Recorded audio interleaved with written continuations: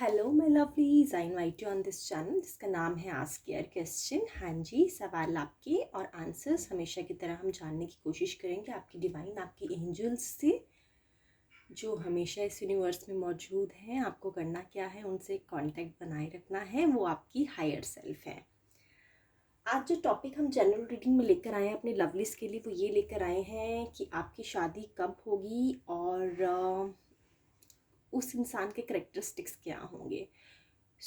ये हम चेक करने वाले हैं और ये भी चेक करेंगे कि अगर आपके गाइड्स आपको बताना चाहते हैं कि ये जो मैरिज है वो लव मैरिज की तरफ इशारा करे या अरेंज मैरिज की तरफ इशारा करे या फिर डुअल क्वालिटीज़ की मैरिज रह सकती है, तो ये भी चेक करने की कोशिश करेंगे लवलीज।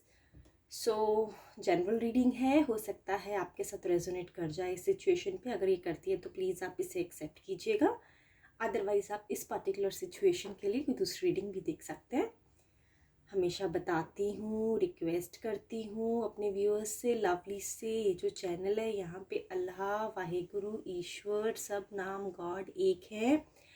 आप किसी भी कंट्री, किसी भी स्टेट से बिलोंग करते हैं, आप इक्वली इस ग्रुप का, इस फैमिली का पार्ट हैं। आप अपने सवालों के आंसर्स के लिए हमारे साथ जुड़ सकते हैं। यहाँ पे कास्ट, कलर, क्रीड, रिलीजन को लेकर हम किसी भी तरह की प्रमोशन नहीं करते हैं।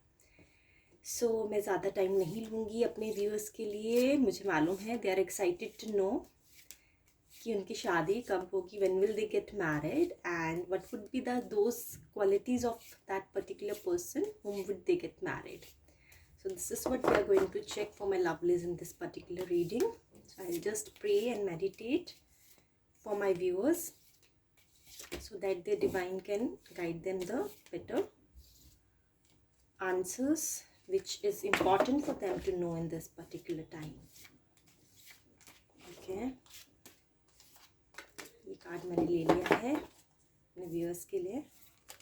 एक कार्ड और आ गया लवलीज आपके लिए।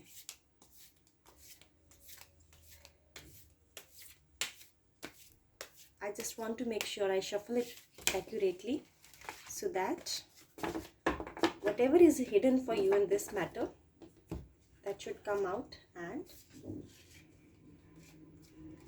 ठीक है। तो ये कार्ड्स आ गए हैं आपके लिए lovelies. Let me just arrange it and then we'll see to it. All right, let me just check. The Tower, Queen of Swords, Four of Swords, Two of Wands, Five of Pentacles, Ten of Pentacles। ठीक है, ठीक है। I hope आपको ये cards नज़र आ रहे हो। Overall deck में है हमारे पास द टेम्परेंस। ठीक है, ये हैं आपके कार्ड्स लवली। सो क्वेश्चन एक बार दोबारा रीड करती हूँ। आपकी शादी कब होगी और उनके कैरेक्टरिस्टिक्स क्या होंगी और क्या ये लव मैरिज और अरेंज मैरिज हो सकती है। लवलीज, बहुत सिंपल और अंडरस्टैंडिंग से मैं आपको समझाती हूँ। आपकी शादी आसानी से नहीं होने वाली, क्योंकि इस शादी में बहुत ज़्यादा स्ट्रगल, बहुत ज़्यादा टर्बुलेंस नज़र आ रहा है। ये लव मैरिज होगी, ठीक है।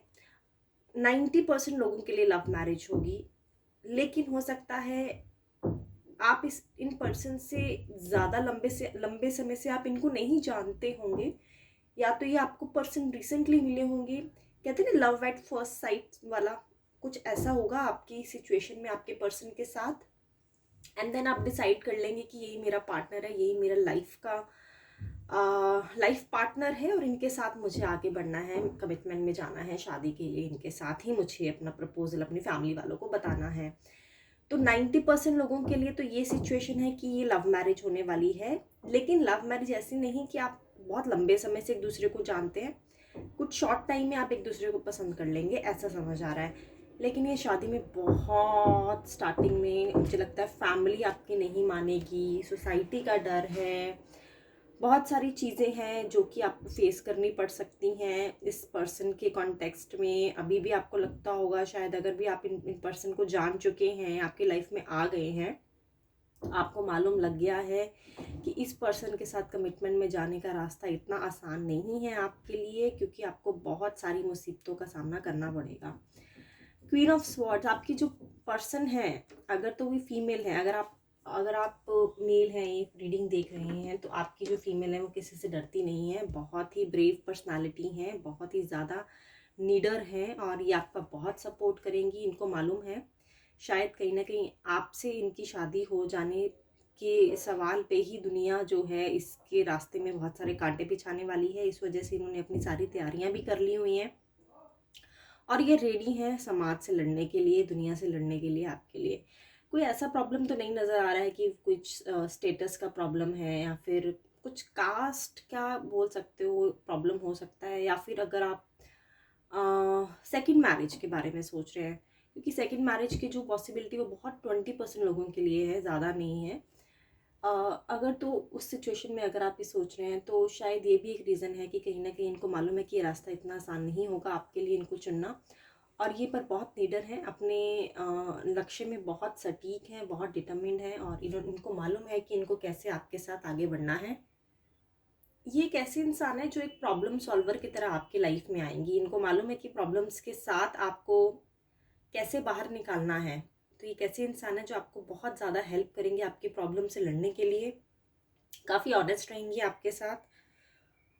अगर तो आप फीमेल हैं और मेल के लिए देख रहे हैं तो आप जैसे भी आपको रेजोनेट करता है आप इसे पिक कीजिएगा, क्योंकि जेंडरलेस रीडिंग है, तो जैसे आपके पर्सन के कॉन्टेक्स्ट में ये चीज़ फिट बैठती है आप उस तरह से इसको लीजिएगा। और एक ऐसी इंसान है जिन्होंने लाइफ में बहुत ज़्यादा खुद से भी बहुत प्रॉब्लम्स सही हैं, इनका भी जीवन इतना आसान नहीं रहा, बचपन से लेके अब तक ये बहुत ज़्यादा स्ट्रांग बनी है, क्योंकि इनको भी काफ़ी हार्डशिप्स का सामना करना पड़ा है। और ये बहुत वाइज हैं, ये कभी भी जल्दबाजी में डिसीजन नहीं लेंगी। इनको मालूम है कि आपके साथ आगे बढ़ने के लिए बहुत पेशेंस रखनी पड़ेगी, तो इनमें पेशेंस भी बहुत है।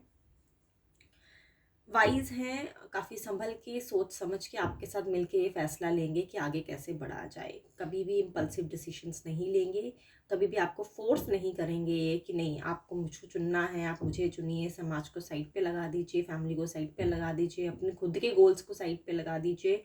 मैं आपकी प्रायोरिटी होनी चाहिए हूँ, ऐसा नहीं है इनके माइंड में। ऐसी फीमेल फिगर हैं या ऐसे मेल फिगर हैं जिनको मालूम है बखूबी, क्योंकि इन्होंने खुद से बहुत मेहनत से बहुत हार्डशिप से अपनी लाइफ को आगे लेके आया है, तो इनको एक्सपीरियंस है लाइफ का। इनको मालूम है कि किसी पे प्रेशराइज करके फोर्सफुल तरीके से अपनी बात मनवा के किसी की मर्ज़ी के बिना अगर आप किसी की ज़िंदगी में जाना चाहो तो वो रिश्ता ज़्यादा लंबे समय तक नहीं टिक पाता है। तो इस बात को लेके काफ़ी बखूबी इसकी नॉलेज है इनको, इसलिए आपको कभी फोर्स नहीं करेंगे, लेकिन आपके लिए काफ़ी निडर हैं, काफ़ी ज़्यादा डट के सामना करेंगे और आपकी प्रॉब्लम्स में आपकी प्रॉब्लम सॉल्व करने के लिए आपके साथ इक्वली खड़ी रहेंगी।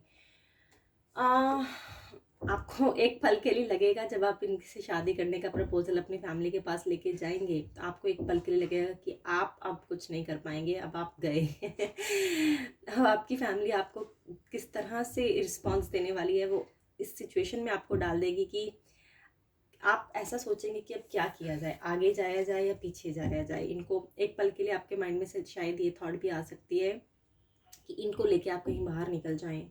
अगर आप यहाँ रहते हैं तो शायद कुछ लोग आपकी लाइफ में शादी होने के बाद भी प्रॉब्लम्स क्रिएट करना चाहेंगे, तो ये कुछ ना कुछ सोसाइटी प्रेशर है, क्योंकि शायद आपके फैमिली में या फिर कुछ तो ऐसा है जो कि इनके फेवर में नहीं है, आप दोनों के रिश्ते में इनके फेवर में नहीं जा रहा है। तो आपको एक पल के लिए लगेगा कि क्या किया जाए, बहुत डिप्रेशन हो रहा है, बहुत स्ट्रेस आ रहा है, बहुत टेंशन हो रही है, इस रिश्ते में कैसे आगे बढ़ा जाए। लेकिन आपकी लेडी फिगर, आपके मेल फिगर आपको इक्वली सपोर्ट करेंगे, इक्वली आपके साथ खड़े रहेंगे, आपको हेल्प करेंगे कि आप कैसे इस सिचुएशन से निकले। आप पे गिव अप नहीं करेंगे, आप पे प्रेशर नहीं डालेंगे। तो ये सबसे बड़ी पॉजिटिव चीज़ निकल के आई है आपकी रीडिंग में। आप सोच सकते हैं कि इनको लेके आप कहीं बाहर सेटल हो जाएं, क्योंकि अगर आप यहाँ रहते हैं, उन लोगों की नज़रों के सामने अपना घर बसाते हैं, तो शायद कहीं ना कहीं इन लोगों को बात खटकती रहेगी कि आपने इनकी मर्ज़ी के बिना अपने पार्टनर को चुना है। तो फिर आपके माइंड में ये थॉट भी आ सकती है कि हाँ अब हमें निकल जाना चाहिए बाहर, कहीं दूर जाएंगे तो शायद एक रिश्ते मधुर बने रहें और कभी कभी मिलना होगा तो शायद ये लोग भी हमको एक्सेप्ट कर लें। लेकिन ये आपके लिए सफ़र इतना आसान नहीं होगा। और अगर मैं बात करूं जी, अगर तो आपको बताना चाहूँगी, क्योंकि प्रॉब्लम्स तो बहुत आने वाली हैं, लेकिन आपको ना गिव अप नहीं करना है इस रिश्ते में, ठीक है? आपको लॉजिकली कुछ सॉल्यूशन ढूँढने हैं अपने पार्टनर के साथ, अपनी फैमिली के साथ, जो लोग इस रिश्ते के अगेंस्ट होंगे उनके साथ मिलके आपको एक लॉजिकल फिगर आंसर्स ढूँढने हैं, आपको ऑप्शंस ढूँढने हैं। तो अगर मैं एग्ज़ाम्पल के तरीके से बताऊँ, जैसे फॉर एग्ज़ाम्पल आप एक घर में, अगर आप चाहते हैं कि ये जिस घर में आप अभी रह रहे हैं उसी घर में ही आपके साथ रहें, लेकिन आपकी फैमिली के मेंबर्स, कुछ मेंबर्स, हो सकता है आप जॉइंट फैमिली में भी हो, या कुछ प्रॉपर्टी का मैटर भी हो सकता है, आपको ऐसा भी लग सकता है कि इनके साथ आगे बढ़ने से कहीं आपको आपके रिसोर्सेज घर से कहीं आपको दूर ना जाना पड़े। जैसे कि मैंने आपको बताया कि आपको ये सोचने पे मजबूर किया जा सकता है कि आप यहाँ रहेंगे या इनके साथ रहेंगे, या फिर आप यहाँ से कहीं दूर चले जाएंगे। तो आपको लॉजिकली कुछ सोचना है, क्योंकि आपको सबका ख्याल रखना है, सबके बारे में सोच के आंसर लेना है। तो आप लॉजिकली कुछ सोचें। एग्जाम्पल के तौर पे बताती हूँ, मान लीजिए आपकी फैमिली में आपके इस पर्सन के साथ आपको एक्सेप्ट नहीं किया जाता है, तो आप क्या कर सकते हैं, एक ऐसा घर ले सकते हैं जहाँ पे ऊपर के स्टोरे पे आप अपनी फैमिली के साथ एडजस्ट हो जाए और नीचे के स्टोरे पे आपकी दूसरी फैमिली मेम्बर्स एडजस्ट हो जाए। तो इससे क्या होगा, आप दोनों को बैलेंस कर सकते हैं। आप जब भी आप कोई भी फैमिली फंक्शन हो या कुछ भी, एटलीस्ट उनको ये लगेगा कि आपने एक ऐसा मिडिल सॉल्यूशन ढूंढा है, आपने उनको बिल्कुल इग्नोर नहीं किया इस पर्सन के कॉन्टेक्स्ट में, और आपने उनके बारे में भी ध्यान रख के अपनी ज़िंदगी का इम्पॉर्टेंट फ़ैसला लिया है। क्योंकि कहीं ना कहीं एक प्रेशर आपके माइंड में है कि आपकी फैमिली, आप अपनी फैमिली को दुखी नहीं करना चाहते हैं, आप अपने पेरेंट्स को हर्ट नहीं करना चाहते हैं, लेकिन आप मजबूर हैं। आपको मालूम है कि ये जो इंसान है ये आपकी लाइफ में बेस्ट है, और इस वजह से आप काफ़ी उलझन में रहेंगे, लेकिन अंत बहुत अच्छा होगा। काफ़ी मुसीबतों का सामना करके 10 ऑफ पेंटिकल्स, एक हार्मनी, एक विश फुलफिलमेंट, एक हैप्पी मैरिड लाइफ को रिवील करता है। आप देखिए यहाँ पे ये दो पर्सन हैं जो काफ़ी ज़्यादा एक दूसरे के साथ समृद्ध, खुश हैं, और domestic harmony, family event, celebration कुछ यहाँ पे देखिए हो रहा है। तो आप ये समझ के चलिए कि अंत बहुत अच्छा होने वाला है। जो भी स्ट्रगल, क्योंकि एक स्ट्रगल के साथ साथ ही उस चीज़ की मिठास जो निकल के आती है, उसकी जो वैल्यू होती है वो तब हमें समझ आती है जब हमने बहुत हार्डशिप के साथ कोई चीज़ अचीव की हो। तो प्रॉस्पेरिटी की तरफ इशारा कर रहा है आपका ये रिश्ता। पॉजिटिव कार्ड है। फैमिली रिलेशनशिप्स और रिस्पॉन्सिबिलिटीज़ आपकी जो है हार्मनियस रहेंगी, कंप्लीशंस में जाएंगी। आपको इस पर्सन के साथ फाइनली आपके पेरेंट्स मानेंगे, आपकी फैमिली मेम्बर्स, सोसाइटी, जिनका भी आपको प्रेशर है वो मानेंगे, और आपकी एक शादी में आपका सपोर्ट देने के लिए रेडी हो जाएंगे। लेकिन आपको कंडीशन ये है कि आपको एक ऐसा सोल्यूशन ढूंढना है जो उनके फेवर में भी हो और आपके अपने रिलेशनशिप के फेवर में भी हो। आप ऐसा सोल्यूशन ढूंढेंगे तो बखूबी आप इस कंप्लीशन वाले कार्ड पे ज़रूर पहुंचेंगे। और कहीं ना कहीं मैं आपको बता देती हूँ, आपकी फैमिली को शायद ऐसा लगता है कि ये जो पर्सन है वो आपकी फैमिली वैल्यूज़ को, क्योंकि मैंने ऐसे बताया कि कुछ पैसे का इतना कुछ दिक्कत या स्टेटस का इतना कुछ दिक्कत नज़र नहीं आ रहा, बट कहीं ना कहीं उनको ये लगेगा कि फैमिली वैल्यूज़ और सोशल फाउंडेशन जो होती है, यानी आपके घर के कुछ रीति रिवाज होंगे। फॉर एग्जाम्पल कुछ घरों में अर्ली मॉर्निंग अवेकनिंग को बहुत प्रेफरेंस दी जाती है, सुबह उठ के पूजा पाठ करना।